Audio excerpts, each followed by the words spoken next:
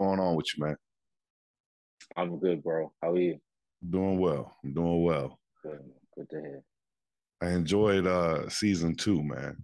It was Wicked. yeah, it was entertaining, uh definitely entertaining. Definitely. Okay. In there you did a task. I mean, you did a task for Christian. Of hmm course your whole character was in was the process of doing um probation or community hmm service, right? Community service um, for Christian, and of course, that was a task you did. Is there any Yeah. task in your life or any task that you're probably going through right now that you would like to hand off to someone else and have them do for you? You're trying to get me in trouble, Charles. Uh, yeah, of course, of course. I think we all would. Um, yeah, I'm gonna leave it there. Yeah, of Well, course. I would love that. Yes, yeah. for sure. How many tasks are you juggling right now? Would you say? How many? I think adulthood is just about spinning plates, isn't it? It's like how many can you spin at the same time and making sure that you're watching all of them and making sure that they're all spinning collectively. So I think even for myself, just like everybody else, we're always we're always spinning plates. You had several plates spinning in second series too. I mean, of course, you had your new entrepreneurial adventure going.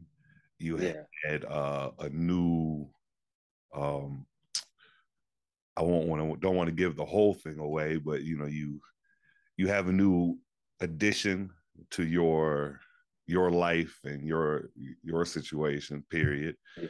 And Yeah. Yeah. also you're being the guardian for your parent for your sister, hmm hmm and you're still doing the community service on top of wanting to move forward on certain goals and dreams and ambitions that you had. So were you even aware that did you even think of it excuse me, from that area where you were just like there were so many plates spinning even in the series that you had? Yeah, but I had a good way of just like compartmentalizing. I think with these things, especially like in season two, it's just like a fallout of season one. So, you know, all of these things sort of rumbled just underneath. And season two, just everything just comes to the surface. And for him, the stakes are really made apparent when they put the bag over his head and he nearly suffocates. That's when he realizes how real the stakes can get for him. And that's when he really has to decide what is he going to do with himself, and not only just that, who can he take with him, when he decides, if he decides to go, or whatever he decides to do. That's what's so good about season two as well for him, is that it's a discovery of himself, and it allows him to be selfish in a way. He can kind of make decisions about him for him. Season one is just, it was always about somebody else. Like you said, he's doing community service for somebody else so he can put shelter over somebody else. And he's also looking after somebody else. So season two, he kind of gets to become selfish in a way and starts to really question, what does he want from life? You know, when you're an older sibling, sometimes you're forced to grow up faster, so you're able to take care of those that come after you, and you have to set that example. And for him, he wanted to make sure that not only was she better than him, but she had more opportunities, and she was able to explore the world in its entirety. That's what he was trying to set her up for. Obviously, she was getting caught up in the lifestyle and the environment that they lived in, but his dream was always to take her out of that. So for him now, going into season two, with everything that goes on, he then starts to think about, okay, if I could, in an ideal world, what would I do? And that dream is sparked by Ronnie, which is then why the reason why he wants to take her with him. Yeah, Ronnie. Ronnie kind of stepped up, Mm. She went from the humble, sweet little kleptomaniac to, as you said, the second series really comes out, it's full detail. And I believe Ronnie steps up into her true potential. And if you add in the aspect of her character and the business mind and just getting the way of how everything worked from the new venture, Mm. she dove right in it with you on her side. I mean, it went, and with the team that you had, isn't it usually how it goes, where if you've got the right business mind, you got the right partner, and definitely have the right team, that you can definitely you will be successful in whatever you do, as long as you all work together. Is that would be a perfect example of what season 2 displays. You agree?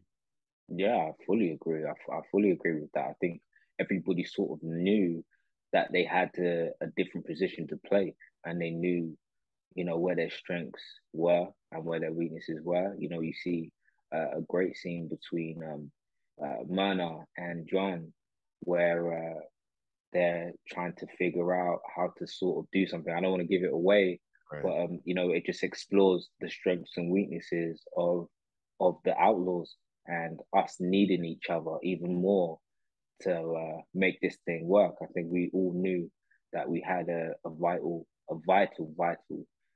situation, and a volatile one that we had to rectify as soon as possible. And Riley was the one that stepped up and said that she was gonna lead. And obviously, as the person that's closest to her out of the rest of the Outlaws, it was my job to make sure I had her back. As somebody who was more familiar with the street life than anybody else.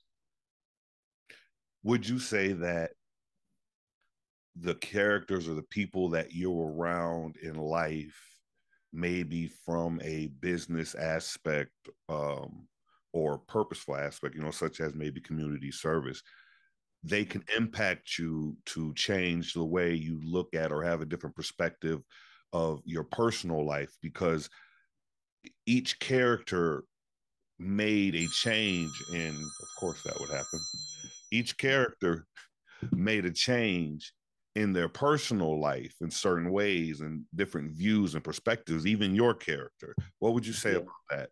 Was it, Yeah, no, I'm sorry, was it because of who you were meeting with and dealing with from the other people, and what you learned, new aspects of life, and was that? yeah, yeah, for sure.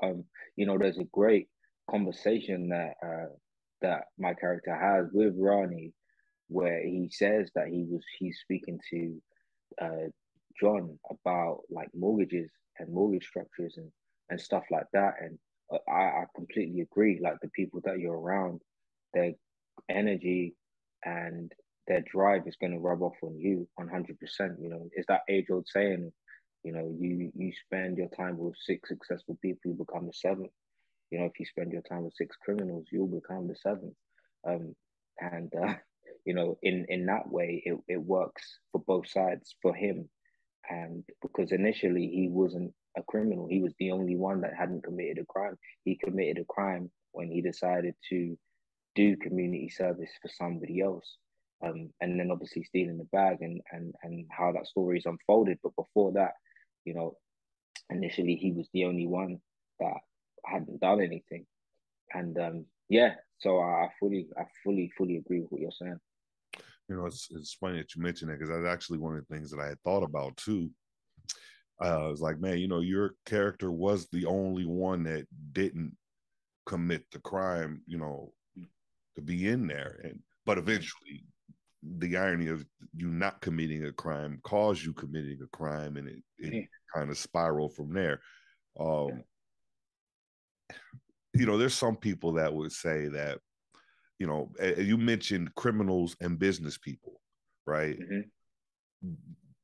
You that's what the Outlaws were actually about. You had a lot of different business ventures, uh, Mm-hmm. from nonprofits to entertainment to industrial to Mm-hmm. entrepreneurship Mm-hmm.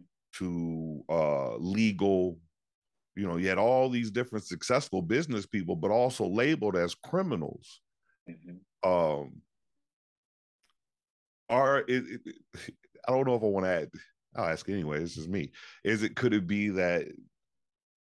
Never mind. Let me move. It was just funny that you asked that you mentioned that because you kind of had both in the setting. You think you had criminals and businessmen. Would you say it was more criminals or more businessmen?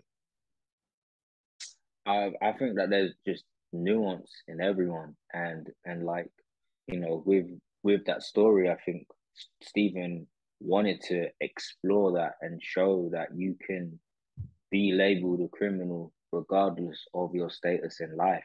That's what's so beautiful about the story. You see people where, if you see my character walking down the street and you see a different character, one of the outlaws walking down the street, and somebody was to say, point at who the criminal was, 9 times out of 10, they would probably pick my character.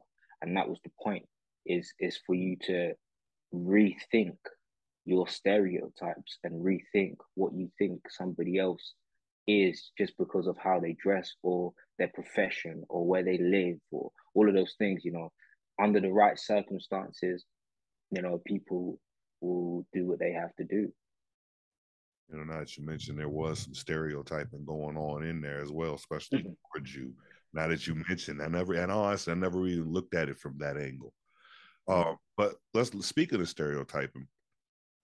Why do you think? Let's kind of change the direction real quick. Why do you think that a lot of British actors get pushback from when you all come to America and take roles or play roles in American movies, such as Daniel Kaluuya, Yeah. Fred Hampton, and Mm-hmm. Cynthia Erivo. Unusual, yep. And then I'm sure you're going to be coming across the pond real soon and playing some roles. Uh, Yep, I will. why is it that you think British actors get the pushback for coming across the pond and playing these American roles? It's hard because I think for me, on this, I don't think the pushback's as big as it seems to be.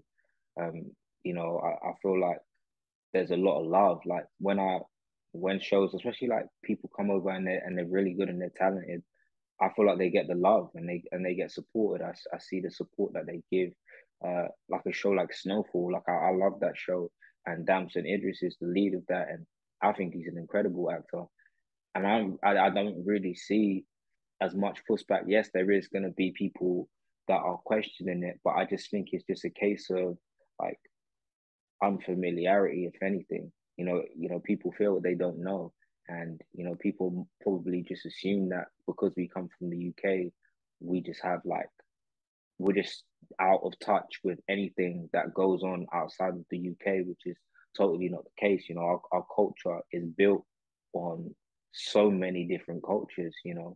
Um, so we're fully aware of like when you talk about Daniel, when he's playing Fred Hampton, I think he did a phenomenal job. And I just think he's such a talented actor, and it shouldn't be about necessarily, okay, you're British, you should only do British roles, or you're American, you should only do American roles.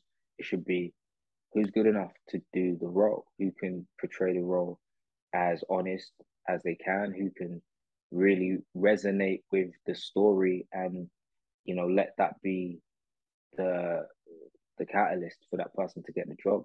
But even for myself, like like you said, I'm definitely gonna go overseas and work because you guys tell great stories too, and I would love to be a part of, those great stories that you guys tell.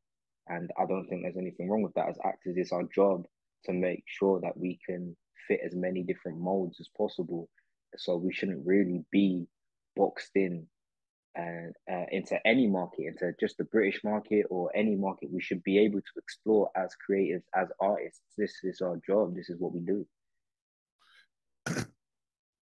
How hard is it is it difficult I should say, to have an American accent. Because Idris Elba came over here, it was a long time. Nobody even knew that he was from across Mm.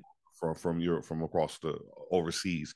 So, and his accent was, it was dead on pretty much. So, is it difficult for you all for with your accent to come over here and imitate the American accent?